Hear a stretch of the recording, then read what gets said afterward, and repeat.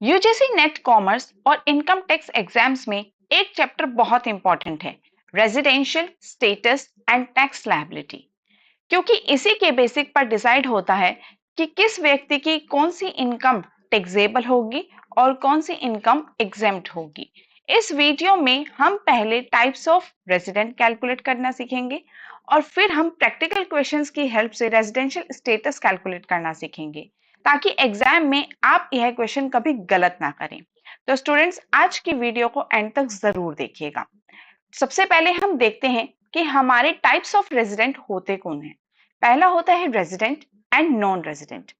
Resident वो वाले व्यक्ति हो गए स्टूडेंट्स जो हमारे इंडिया में स्टे करते हैं, और नॉन रेजिडेंट वो हो गए जो हमारे इंडिया में रेगुलर बेसिस पे स्टे नहीं करते, यानी कि इंडिया के रेजिडेंट नहीं होते। जैसे आपने सुना भी होगा NRI, वो हमारे यही होते हैं, नॉन रेजिडेंट ऑफ इंडिया। ठीक है, ये हमारे इंडिया में स्टे नहीं करते हैं। उसके बाद हम रेजिडेंट की बात करें तो रेजिडेंट भी हमारे दो तरीके के होते हैं। एक होता है हमारा ऑर्डिनरी रेजिडेंट और second one is not ordinary resident. Ordinary resident कौन हो गया? जैसे हम बात करें, ये हमारा घर है, ठीक है, हमारा घर। और ये कौन हो गया? ये हो गया हमारे रिश्तेदार का घर।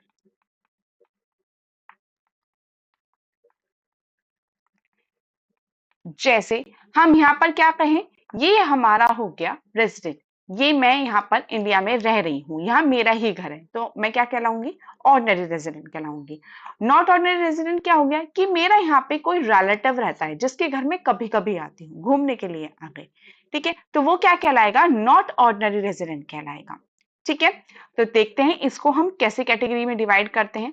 सबसे पहला है persons who are resident in India, popularly known as ordinary resident. जो हमारे इंडिया में रेगुलर बेसिस पे रह रहा है, जो ऑर्डिनरी रेजिडेंट है, रेजिडेंट ही है इंडिया का, उसको हम क्या कहेंगे? ऑर्डिनरी रेजिडेंट कहेंगे। उसके बाद दूसरा क्या होता है? Persons who are not ordinary resident. And third one is persons who are not non resident. ठीक है, ये हो गया नॉट ऑर्डिनरी और ये हो गया हमारा नॉन रेजिडेंट। तो स्टूडेंट्स, जब हम बात करते हैं NRI की, तो it's not ordinary resident, it's non resident of India. ठीक है, तो ये हमारा कौन हो गया? NRI। ठीक है, तो चलिए अब देखते हैं हमारी कुछ कंडीशंस होती हैं जिनके बेसिक पर हम अपने स्टेटस को डिसाइड करते हैं। सबसे पहले हमारी होती है बेसिक कंडीशंस। तो बेसिक कंडीशन हमारी क्या कहती है? He must stayed in India 182 days और more than the previous year. अब स्टूडेंट, यहाँ पे हम पहले बात करें तो हमारा इस वक्त असेसमेंट ईयर क्या चल रहा है? As you all know, 2025 to 2026, this is our assessment year. और अब अगर हम बात करें हमारे प्रीवियस ईयर की, तो हम प्रीवियस ईयर को यहाँ पे कंप्लीट लिखेंगे, क्योंकि हमारा प्रीवियस ईयर स्टार्ट कहाँ से हुआ है? 1 अप्रैल से, और हमारा ये 2024 टू 31 मार्च 2025 तक, ये क्या कहलाएगा? हमारा प्रीवियस ईयर। तो स्टूडेंट्स, यहाँ पर जो हम उनका स्टे पीरियड देख रहे हैं, क्या देख रहे हैं? जो हमारा हम उसका स्टे पीरियड को कैलकुलेट कर रहे हैं, वो हम किस में देखेंगे? वो हमारे इस वाली ड्यूरेशन में देखेंगे, दैट इज 1 अप्रैल 2024 टू 31 मार्च 2025। ये हमारा कितना हो गया? 12 मंथ्स का टाइम पीरियड हो गया, यानी कि 365 डेज का टेन्योर हो गया। और इन 365 डेज में से उनको फर्स्ट कंडीशन कंप्लीट करने के लिए 182 डेज इंडिया में स्टे करने होंगे। ठीक है, ये कहती है हमारी फर्स्ट कंडीशन। अब हम बात करते हैं हमारी सेकंड कंडीशन की। He has been in India for 365 days during the during the 4 year preceding the previous year। अब यहाँ पे बात क्या की जा रही है कि यहाँ पे टोटल हमारे 365 डेज होने चाहिए जो हमारे प्रीवियस 4 इयर्स को मिलाकर हैं। फर्स्ट ईयर तो हमारा ये वाला हो जाएगा, सेकेंड ईयर क्या होगा? इससे जस्ट बिफोर। ठीक है, यहाँ पर अगर हम इनकी बात करें तो ये हमारा 10 ईयर पूरा का पूरा कैसे हो जाएगा? इसको हम यहाँ पर एक बार लिखकर देख लेते हैं। फर्स्ट पीरियड हो गया हमारा 1 अप्रैल 2024 2024 to 31st March 2025, ये हमारा फर्स्ट ईयर हो गया। सेकेंड ईयर की हम बात करें तो 1 अप्रैल 2023 टू 31st मार्च 2024, ये हमारा हो गया सेकेंड ईयर। नेक्स्ट ईयर होगा 1 अप्रैल 2022 टू 31st मार्च 2023, ये हमारा हो गया थर्ड। उसके बाद हम बात करें 1 अप्रैल 2021 टू 31st मार्च 2022, ये हो गया हमारा 4। यानी कि प्रीवियस 4 इयर्स में उनको मिनिमम कितने डेज रहने हैं यहाँ पे 365 डेज, ठीक है, preceding the previous year and in India for at least 60 days during the previous year, और इनमें से ये वाला जो ईयर है इसमें उसको 60 डेज एटलीस्ट इंडिया में रहना होगा। इसका मतलब क्या है कि 60 दिन तो सिर्फ और सिर्फ इसी में रहना है, और बाकी के आप जो ये हमारे 365 डेज हैं वो आपको इन सब में मिलाकर करने हैं। यानी कि 305 डेज आप अपने रिमेनिंग 3 इयर्स में कंप्लीट कर सकते हैं, ठीक है। आई होप ये वाली कंडीशन आपको समझ में आ गई होगी। स्टूडेंट्स, जब तक आपको ये कंडीशन समझ में नहीं आएंगी तब तक आप अपना स्टेटस कैलकुलेट नहीं कर पाएंगे। तो स्टूडेंट, अगर आपको कोई भी डाउट होता है तो आप प्लीज हमारे व्हाट्सएप नंबर पे या फिर हमारे ग्रुप में जो हमारा कमेंट सेक्शन है उसमें कहीं पर भी आप अपने कमेंट्स को, अपने डाउट्स को मेंशन कर सकते हैं। मैं आपको आपके सारे डाउट्स को क्लियर करने की पूरी कोशिश करूंगी। तो आवर व्हाट्सएप नंबर इज 9528800313। यहाँ पर आप अपने कोई भी डाउट को मेंशन कर सकते हैं। किसी भी तरीके की अगर आपको कोई भी रिक्वायरमेंट चाहिए होती है, कोई भी इंफॉर्मेशन चाहिए होती है, या फिर अगर आपको कोई भी पीडीएफ या फिर स्टडी मटेरियल चाहिए होगा जो हम यहाँ पर पढ़ा रहे हैं, अगर आपको उनसे रिलेटेड कोई भी पीडीएफ चाहिए तो आप हमें इस व्हाट्सएप नंबर पर ज्वाइन कर सकते हैं और वहां से आप अपनी पीडीएफ्स को ले सकते हैं। तो स्टूडेंट्स, अब आई होप आपको ये समझ में आ गया होगा कि हमारी बेसिक कंडीशन क्या होती है। फर्स्ट कंडीशन क्या कहती है कि सिर्फ और सिर्फ इस ईयर में जो हमारा प्रीवियस ईयर है उसमें आपको मिनिमम 182 डेज इंडिया में स्टे करना होगा। और सेकंड कंडीशन क्या कहती है कि प्रीवियस 4 इयर्स में जो इंक्लूडिंग प्रीवियस ईयर है उसमें आपको मैक्सिमम मिनिमम 365 डेज क्लियर करने होंगे, जिसमें से 60 डेज आपको प्रीवियस ईयर में कंप्लीट करने होंगे, ठीक है। अगर हम स्टूडेंट यहाँ पे बात करें कि आपने 365 डेज आपने प्रीवियस 4 इयर्स में कर लिए हैं, लेकिन प्रीवियस ईयर में आपने सिर्फ और सिर्फ 59 डेज ही इंडिया में स्टे किया है, तो आपकी कंडीशन फुलफिल नहीं होगी, ठीक है। तो यहाँ पे आपको 60 डेज ही इंडिया में स्टे करना होगा। तो चलिए नेक्स्ट कंडीशन की हम बात करते हैं, दैट इज एडिशनल कंडीशन। क्या कहती है हमारी additional condition? First condition, he has been resident in India in at least 2 out of the 10 previous years preceding the relevant previous year। यहाँ पे क्या कहता है स्टूडेंट, जो हमने प्रीवियस ईयर की बात करी थी, प्रीवियस ईयर क्या था हमारा 2024 से 2025, तो इनके हम प्रीवियस 10 इयर्स को यहाँ पे लिख लेंगे 2023 to 2024, 22 to 23, 21 to 22, 20 to 21, 19 to 20, 18 to 19, 17 to 17 to 18, 16 to 17 and 15 to 16। तो ये हमारे क्या हो गए स्टूडेंट्स, ये हमारे प्रीवियस 10 इयर्स हो गए, ठीक है। अब इसमें क्या कहता है कि इसमें 10 इयर्स में आपको किसी भी 2 सालों में कोई भी एक रेजिडेंशियल, यहाँ पे आप किन्हीं भी 2 सालों में इंडिया में रेजिडेंट होना आपको जरूरी है। 2 इयर्स में आपको रेजिडेंट होना जरूरी है। रेजिडेंट का मतलब क्या हो गया कि आपको यहाँ पे ऑर्डिनरी रेजिडेंट की कंडीशन को फुलफिल करना जरूरी है, ऑर्डिनरी या फिर not ordinary. You must have to be stay in India for at least 2 years of resident, ये आपको रेजिडेंट वाली कंडीशन फुलफिल करनी होगी, ठीक है। प्रीवियस 10 इयर्स में आपको इंडिया में 2 साल के लिए ये रेजिडेंटशिप लेनी होगी। ठीक है, ये हमारी फर्स्ट कंडीशन कहती है। सेकंड कंडीशन क्या कहती है? He has been in India for at least 730 days in all during the 7 previous years preceding the relevant previous year। अब यहाँ पे क्या कहता है कि जो हमारी प्रीसीडिंग ईयर है, यानी कि प्रीवियस ईयर से प्रीसीडिंग 7 ईयर्स कौन कौन से हो गए? वन, ये हम देख लेते हैं दूसरे पेन से, 1 2 1 2 3 4 5 6 7, यानी कि इस ईयर तक आपको क्या करना होगा?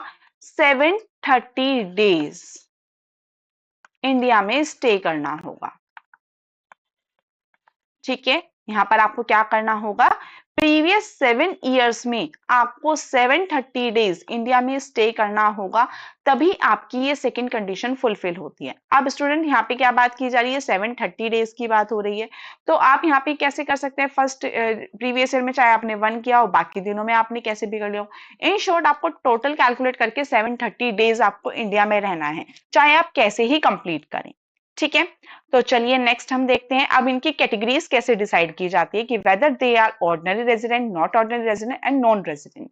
तो ये हमारी कंडीशन कैसे डिसाइड होगी स्टूडेंट्स? तो सबसे पहला हमारा होता है कि बेसिक कंडीशन की। अगर आपको ऑर्डिनरी रेजिडेंट होना है तो उसके लिए बेसिक की कोई भी एक कंडीशन को आप फुलफिल कर दीजिए, चाहे फर्स्ट वाली कर दीजिए चाहे सेकंड वाली कर दीजिए। आप इन दोनों में से कोई भी अगर कंडीशन में से किसी एक कंडीशन को फुलफिल कर देते हैं या फिर दोनों कंडीशन को फुलफिल कर देते हैं, तो आप ऑर्डिनरी रेजिडेंट की फर्स्ट कैटेगरी को क्लियर कर देते हैं। और यहाँ पे अगर हम बात करें एडिशनल कंडीशन की, तो यहाँ पर आपको दोनों कंडीशन को फुलफिल करना होगा, एडिशनल की फर्स्ट वाली भी और सेकंड भी। ठीक है, ऑप्शन रहेगा आपके पास बेसिक कंडीशन में कि चाहे आप फर्स्ट क्लियर करें चाहे आप सेकंड क्लियर करें, लेकिन एडिशनल कंडीशन में दोनों ही आपको क्लियर करनी होगी। ठीक है, तभी आप ऑर्डिनरी रेजिडेंट कहलाएंगे। नेक्स्ट अगर हम बात करें नॉट ऑर्डिनरी रेजिडेंट की, तो यहाँ पर बेसिक कंडीशन में आपके पास ऑप्शन होता है कि whether you will clear first condition और सेकंड कंडीशन, और बोथ, चाहे आप एक करें चाहे आप दूसरी करें चाहे आप दोनों क्लियर करें। ठीक है, एडिशनल कंडीशन में भी आपके पास ऐसा ही रहता है, चाहे आप फर्स्ट क्लियर करें चाहे आप सेकंड क्लियर करें, तो आप अपनी नॉट ऑर्डिनरी रेजिडेंट की कंडीशन में आ जाते हैं। ठीक है, बट अगर आप नॉन रेजिडेंट हैं, तो अगर आपने बेसिक कंडीशन की कोई भी फुलफिल नहीं की है, ना ही आपने फर्स्ट कंडीशन को फुलफिल किया है ना ही आपने सेकंड को फुलफिल किया है, तो you will be non resident of India. चाहे आपने एडिशनल की दोनों कंडीशन पूरी की हो, चाहे कोई एक पूरी करी हो, चाहे कोई सी भी ना की हो, हमने अगर बेसिक कंडीशन की कोई भी कैटेगरी फुलफिल नहीं करी है, कोई भी कंडीशन को फुलफिल नहीं किया है, तो आप नॉन रेजिडेंट कहलाएंगे। Whether you clear all the conditions, any one of the condition and none of additional condition, you will not be qualified for non-resident। ठीक है students, I hope this is very clear for you. यहाँ पर student अगर आपको कोई भी doubt होता है, किसी भी तरीके का कोई डाउट होता है, तो प्लीज यहीं पर हमें हमारे कमेंट में मेंशन कर दीजिएगा, मैं इसी वक्त आपके डाउट्स को क्लियर कर दूंगी। ठीक है स्टूडेंट्स, कभी क्या होता है, क्योंकि ये बिल्कुल फाउंडेशन है, बेसिक है आपके चैप्टर का, अगर आपको यहाँ पर कोई भी डाउट रह गया तो फिर आप आगे इसको कंटिन्यू नहीं कर पाएंगे। तो चलिए स्टूडेंट्स, अब हम शुरू करते हैं हमारे प्रैक्टिकल क्वेश्चन, जिनसे हम अपने रेजिडेंशियल स्टेटस को कैलकुलेट करेंगे। Ascertain the residential status of the SSC in the following cases for the assessment year 2025 to 2026। ये हमारा असेसमेंट ईयर चल रहा है, तो इसके लिए हमें एक रेजिडेंशियल स्टेटस को कैलकुलेट करना है। तो क्या कहते हैं, mister Ajay is a citizen of India, ये इंडिया के नागरिक हैं, but he left for India on 18 अप्रैल 2024। तो वो इंडिया से कब चले गए थे? 18 अप्रैल 2024 में चले गए थे, and could not return to India till the end of the financial year 2024 to 2024। अब इस साल के कंप्लीट होने तक वो इंडिया में नहीं आए, तो अब हम यहाँ क्या करेंगे, यहाँ पर हम अपनी पहले इनका टेन्योर लिखेंगे। सबसे पहले हम क्या देखेंगे कि हमारा असेसमेंट ईयर क्या है। स्टूडेंट, इस क्वेश्चन को करने के कुछ एक क्राइटेरिया होता है, परफॉर्मा होता है, you must have to note that first. ठीक है, सबसे पहले क्या है हमारा असेसमेंट ईयर क्या है? असेसमेंट ईयर हमारा है इस वक्त 2025 टू 2026, जिसके लिए हम अपने रेजिडेंशियल स्टेटस को कैलकुलेट कर रहे हैं। ठीक है। उसके बाद आपको क्या लिखना है, उसके बाद आपको लिखना है कि हमारा प्रीवियस ईयर क्या रहेगा। ठीक है, तो इस ईयर के लिए हमारा प्रीवियस ईयर क्या है, 1 अप्रैल 2024 टू 31 मार्च 2025। स्टूडेंट मैं आपको बिल्कुल स्टेप बाय स्टेप कैलकुलेट करना बताऊंगी कि कैसे कैसे हमें अपना कैलकुलेट करना है। ठीक है, उसके बाद देखिए स्टूडेंट्स, हमारा जो टेन्योर स्टार्ट हो रहा है वो कब से स्टार्ट हो रहा है, 1 अप्रैल 2024 से। और इंडिया से हमारे जो एसएससी हैं मिस्टर अजय, वो कब चले गए थे, 18 अप्रैल 2024 में वो चले गए थे। तो उन्होंने यहाँ पर इंडिया में कितने दिन स्टे किए, 17, क्योंकि ये वाला जो डेट है ये लेफ्ट डे है, दिस इज लेफ्ट डे, तो हम इसको इंक्लूड नहीं करेंगे। ये 17 दिन उन्होंने इंडिया में स्टे किया। तो यहाँ पर आप स्टूडेंट देख सकते हैं कि उसके बाद ये पूरा टाइम पीरियड खत्म होने तक वो इंडिया में वापस नहीं आए। तो हम यहाँ पर कह सकते हैं कि हमारी बेसिक कंडीशन की फर्स्ट कंडीशन क्या कहती है, बेसिक कंडीशन की जो हमारी फर्स्ट कंडीशन है वो क्या कहती है कि उनको प्रीवियस ईयर में 182 डेज इंडिया में स्टे करना होगा। क्या वो कर रहे हैं, नहीं कर रहे हैं।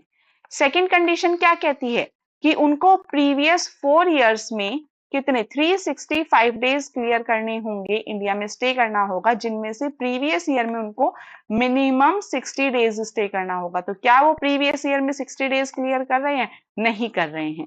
तो हमारी दोनों ही बेसिक कंडीशन क्लियर नहीं हो रही है। तो इन दैट केस हम एडिशनल कंडीशन को चेक भी नहीं करेंगे। क्यों, क्योंकि हमारी बेसिक कंडीशन क्लियर ही नहीं हो रही है। क्योंकि हमने यहाँ पर देखा है, जब हम चार्ट देख रहे थे, कि अगर वो हमारी रेजिडेंट जो कोई भी हमारा एसएससी है, अगर वो बेसिक कंडीशन को क्लियर नहीं कर रहा है तो वो ऑटोमेटिकली नॉन रेजिडेंट हो जाएगा। ठीक है, हम उसमें फिर देखेंगे ही नहीं कि वो हमारी एडिशनल कंडीशन को फुलफिल कर रहा है या नहीं कर रहा है, तो वो हमारा क्या कहलाएगा, non resident of India, that is NRI, he will be an NRI for India। ठीक है स्टूडेंट्स, चलिए नेक्स्ट क्वेश्चन देखते हैं। नेक्स्ट क्वेश्चन क्या कहता है, ये आ गया है mister Gautam. Mister Gautam left for USA on 10th March 2022 after having lived in India for 20 years. उन्होंने 20 साल तक इंडिया में रहने के बाद इस तारीख को वो इंडिया से चले गए। He return to India on 10th April 2020 10th September 2024 में वो हमारी इंडिया में वापस आए हैं। तो चलिए देखते हैं इनकी कंडीशन क्या कहती है। सबसे पहले हम यहाँ क्या लिखेंगे, वही हमारा असेसमेंट ईयर क्या है, 2025 टू 2026, ये हमारा क्या हो गया, असेसमेंट ईयर हो गया है। और प्रीवियस ईयर अगर हम यहाँ पे लेंगे तो हमारा क्या होगा, 1 अप्रैल 2024 टू 31 मार्च 2025, ये क्या हो गया है स्टूडेंट्स, हमारा प्रीवियस ईयर। तो इस प्रीवियस ईयर के लिए ही हमें कैलकुलेट करना है। अब स्टूडेंट्स यहाँ पे हम बात करें तो 1 अप्रैल को आपका स्टार्ट हो रहा है 2024 से, लेकिन वो इंडिया में वापस कब आए, 10th September 2024 को, यानी कि इससे पहले वो इंडिया में नहीं थे। तो वो इंडिया में कब रहे, 10 सितंबर 2024 से 31 मार्च 2025 तक वो इंडिया में स्टे किया। तो अब हम यहां से क्या करेंगे, यहां से हम उनका टाइम पीरियड कैलकुलेट करना स्टार्ट करेंगे। तो सितंबर मंथ में उन्होंने इंडिया में कितने दिन स्टे किए, 10th को हम इंक्लूड करेंगे, ठीक है, 11th को रहा है वो, 12th, 13, 14, 15, 16, 17, 18, 19, 20, 21, 22, 23, 24, 25, 26, 27, 28, 29, 30। तो ये कितने दिन हो गए स्टूडेंट्स। यहाँ पे मैंने एक एक तारीख क्यों लिखी है, क्योंकि यहाँ पर एक एक दिन बहुत ज्यादा मैटर करता है। स्टूडेंट्स कभी भी शॉर्टकट मत लीजिएगा, क्योंकि शॉर्टकट लेते ही क्वेश्चन गलत हो जाता है। ठीक है, तो यहाँ पर हम कैलकुलेट करेंगे कि हमारे कितने दिन हुए, 1 2 3 4 5 6 7 8 9 10 11 12 13 14 15 16 17 18 19 20 एंड 21, यानी कि उन्होंने सितंबर में कितने दिन स्टे किया है? 21 डेज। उसके बाद हम बात करें अक्टूबर की, तो अक्टूबर में कितने डेज होते हैं हमारे? 31 डेज। नवंबर 30 डेज, दिसंबर 31 डेज, जनवरी 31 डेज, फरवरी 28 डेज, मार्च 31 डेज। अगर हम इन सबको कैलकुलेट करें स्टूडेंट्स, तो हमारे टोटल डेज आए हैं 203 डेज, यानी कि उन्होंने हमारे प्रीवियस ईयर में कितना टाइम पीरियड स्टे किया है? 203। ठीक है, तो हम बात करें तो हमारी बेसिक कंडीशन की फर्स्ट कंडीशन क्या कहती है? That is he has to stay for minimum 182 days in India in the previous year. तो प्रीवियस ईयर में वो यहाँ पर कितना टाइम पीरियड स्टे कर रहे हैं? 203 डेज। तो क्या वो फर्स्ट कंडीशन को फुलफिल कर रहे हैं? यस, वो फर्स्ट कंडीशन को फुलफिल कर रहे हैं। और हमें यहाँ पर क्या देखना होता है? बेसिक कंडीशन में कोई भी एक कंडीशन को हमें देखना होता है। एनी वन, ये दोनों कंडीशन कर रहा है तो वो रेजिडेंट है। अब हमें ये चेक करना है एडिशनल कंडीशन से कि वो ऑर्डिनरी रेजिडेंट है या फिर वो नॉट ऑर्डिनरी रेजिडेंट है। तो चलिए चेक करते हैं स्टूडेंट्स कि वो हमारी कौन सी कंडीशन के अंडर आ रहे हैं। अब स्टूडेंट्स उन्होंने क्या कहा कि वो पिछले 20 सालों से इंडिया में रह रहे थे, लेकिन वो कुछ ही टाइम पहले इंडिया से बाहर गए। तो इसका मतलब है कितने टाइम पीरियड के लिए वो इंडिया से बाहर गए हैं? वो हमारा 10 मार्च 2022 से 10 सितंबर 2024 तक उन्होंने इंडिया से बाहर स्टे किया है। तो इसके लिए अगर हम टाइम पीरियड कैलकुलेट करें तो 10 मार्च 2022 टू 10 मार्च 2023 और 10 मार्च 2023 टू 10 मार्च 2024 और 10 मार्च 2024 से 10 सितंबर 2024। तो ये हमारे 12 मंथ, ये 12 मंथ और ये हमारे हो गए 6 मंथ। तो टोटल उन्होंने कितना टाइम पीरियड रहा है? 30 मंथ्स वो इंडिया से बाहर स्टे किया है। तो स्टूडेंट्स अगर आप ये हमारे प्रीवियस 7 इयर्स की या फिर 10 इयर्स की बात करें, तो इन दोनों से अगर हम 30 मंथ्स को डिडक्ट कर दें तो क्या वो प्रीवियस 7 इयर्स में 730 डेज और 10 इयर्स में 2 इयर्स, क्या वो इंडिया में स्टे नहीं किया होगा? बिल्कुल किया होगा। तो in that case he is qualifying both the conditions of additional, यानी कि वो हमारी एडिशनल कंडीशन दोनों को ही क्लियर कर रहे हैं। ठीक है, तो बेसिक की उन्होंने फर्स्ट कंडीशन क्लियर कर दी है और एडिशनल की वो उन्होंने दोनों कंडीशन क्लियर कर दी है। तो वो क्या कहलाएंगे? हमारे ऑर्डिनरी रेजिडेंट कहलाएंगे। I hope this is clear for you students. ये वाली चीजें बहुत ही बेसिक हैं तो इनको समझना ज्यादा इंपॉर्टेंट है। ठीक है, चलिए नेक्स्ट क्वेश्चन की बात करते हैं स्टूडेंट्स, बिल्कुल ध्यान से समझिएगा। ठीक है, ये क्वेश्चन बहुत ट्रिकी भी है, बहुत ज्यादा इंपॉर्टेंट भी है और एग्जाम के पॉइंट ऑफ व्यू से बहुत ज्यादा इंपॉर्टेंट रोल भी प्ले करता है। ठीक है, तो ध्यान से समझिएगा। क्या कहते हैं? Mister John, a foreign player comes to India since 2011 to 12। ठीक है, वो क्या हुआ 2011 से 12 में वो इंडिया आ रहे थे हर साल टू प्ले क्रिकेट, क्रिकेट खेलने के लिए and stay here for being 120 days. और वो यहाँ पर क्या करते थे? हर साल 120 दिन रहते थे। अब हमें क्या कैलकुलेट करना है? उनका रेजिडेंशियल स्टेटस कैलकुलेट करना है असेसमेंट ईयर 2025 टू 2026 के लिए। तो सबसे पहले हम यही कैलकुलेट करेंगे कि वो हमारे कितने सालों से इंडिया आ रहे हैं और हमें कितने सालों तक की रिक्वायरमेंट है। तो सबसे पहले तो हम देखेंगे हमारा असेसमेंट ईयर क्या चल रहा है, 2025 टू 2026 और हमारा प्रीवियस ईयर क्या कहलाएगा? 1 अप्रैल 2024 टू 31 मार्च 2025। ये आपका क्या हो गया? हमारा प्रीवियस ईयर हो गया। अब हमें देखना है कि हमारे जो प्रीवियस ईयर्स हैं, मतलब वो पूरा का पूरा उनका एक शेड्यूल हम कंप्लीट कर लेंगे कि कितने सालों तक के हमें रिक्वायरमेंट है। हमें मैक्सिमम 10 इयर्स तक की चाहिए होती है तो हम 10 इयर्स तक को यहाँ पे लिख लेंगे। 2024 to 2025, 23 to 24, 22 to 23, 21 to 22, 20 to 21, और हमारा हो गया यहाँ पे 19 to 20, 18 to 19, 17 to 18, 16 to 17 and 15 to 16। ठीक है, अब इन सभी ईयर्स में उन्होंने इंडिया में 120, 120, 120, 120, 120, 120, 120, 120, 120 और 120 कर करके कितने 1200 डेज हमारे यहाँ पर स्टे कर लिए हैं। ठीक है, अब हमें बात करनी है स्टूडेंट्स बेसिक कंडीशन फर्स्ट की। तो फर्स्ट कंडीशन हमारी क्या कहती है कि he has to stay in India for at least 182 days. तो ये कंडीशन तो ये फुलफिल नहीं कर रहे हैं।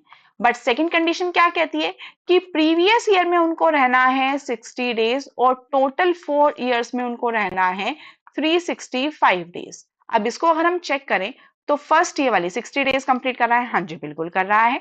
और प्रीवियस 4 ईयर्स में अगर हम चेक करें तो ये टोटल 480 डेज हमारे इंडिया में रह रहे हैं। तो क्या वो 480 डेज में से 365 डेज कैलकुलेट कर रहे हैं, कंप्लीट कर रहे हैं? हाँ जी बिल्कुल कर रहे हैं। यानी कि वो बेसिक कंडीशन की फर्स्ट क्लियर नहीं कर रहे हैं लेकिन सेकंड तो क्लियर कर रहे हैं। और अगर हम ये देखें हमारे चार्ट के अकॉर्डिंग तो हमारा चार्ट क्या कहता है कि उनको जरूरी नहीं है कि दोनों कंडीशंस पूरे करने हैं, उनको कोई भी एक कंडीशन पूरी करनी है। इसका मतलब क्या है कि वो अभी भी रेजिडेंट हैं। अब हमें ये चेक करना है कि वो ऑर्डिनरी रहेंगे या नॉट ऑर्डिनरी रहेंगे। तो यहाँ पर क्या कहता है स्टूडेंट्स वो, अब हम बात कर रहे हैं कि हमारी एडिशनल कंडीशन की फर्स्ट कंडीशन क्या कहती है कि उनको प्रीवियस ईयर के जो 10 ईयर्स हैं उनमें से उनको 2 ईयर्स के लिए रेजिडेंशियलशिप लेनी जरूरी है, यानी कि उनको रेजिडेंट होना जरूरी है। तो एक बात बताइए स्टूडेंट, रेजिडेंट तो वो ऑलरेडी हो चुके हैं क्योंकि उन्होंने सेकंड कंडीशन फुलफिल कर दी है ना। वो चाहे हमारे ऑर्डिनरी रेजिडेंट रहे चाहे नॉट ऑर्डिनरी रहे, रेजिडेंट तो वो हो ही गए हैं ना। देखिए अगर वो हमारी बेसिक कंडीशन को फुलफिल कर रहे हैं, बेसिक कंडीशन को फुलफिल करते ही तो वो ऑर्डिनरी तो हो ही गए हैं ना। अब ऑर्डिनरी में ये देखना है कि वो ऑर्डिनरी रेजिडेंट है या फिर वो नॉट ऑर्डिनरी रेजिडेंट है। बट वो रेजिडेंट तो है ही ना, रेजिडेंट तो वो आ ही गए हैं ना। तो इसका मतलब क्या हो गया कि उन्होंने हमारी एडिशनल की फर्स्ट कंडीशन को फुलफिल कर दिया है। ठीक है, यहाँ पर उन्होंने ये नहीं कहा है कि उनको रेगुलर बेसिस पे 2 साल इंडिया रहना है, उन्होंने ये कहा है कि पिछले इन 10 सालों में उनको 2 साल के लिए इंडिया की रेजिडेंटशिप होल्डर होना जरूरी है। ठीक है, उनके पास 2 सालों के लिए रेजिडेंट होना जरूरी है और रेजिडेंट तो वो ऑलरेडी हो चुके हैं।